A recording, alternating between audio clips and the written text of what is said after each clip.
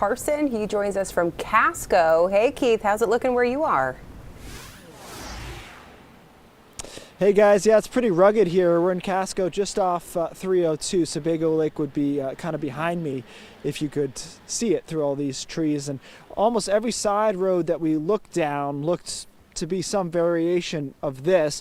Obviously, the weight of the snow has been a problem. It's also kind of hard to even figure out the exact snowfall totals here because so much of it is compressed under the weight of the moisture that's come through. This has pretty much exclusively been happening just because it's so pasty. All these trees have been coming down, bending. When my photographer and I were standing here, we heard a few more crack out in the woods here.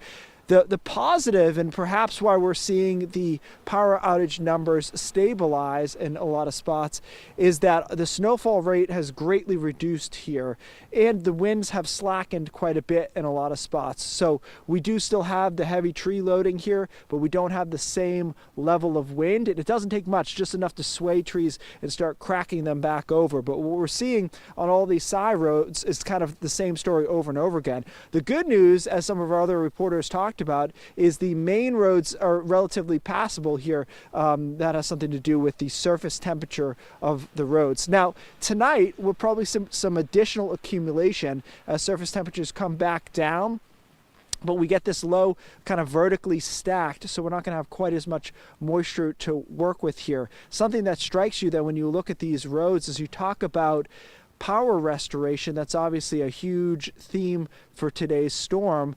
But I would venture to say that, half of the battle here is going to be getting the roads passable enough to even get to some of the power lines that are down, especially on any of these side roads. So as Central Maine Power has noted, and I think everybody with any experience with these situations could tell us, this will be a several day process to get to that point. We'll just going to be happy that the storm part of it is starting to settle down as we head into tonight. But guys, here again in Casco, I would estimate, and again it's kind of a guesstimate, 10 to 12 inches of just extremely heavy wet snow, and these trees just needing a little extra breeze to crack over here for the next few hours before the storm starts to settle down. Back to you. All right, Keith, live for us in Casco tonight. Thank you.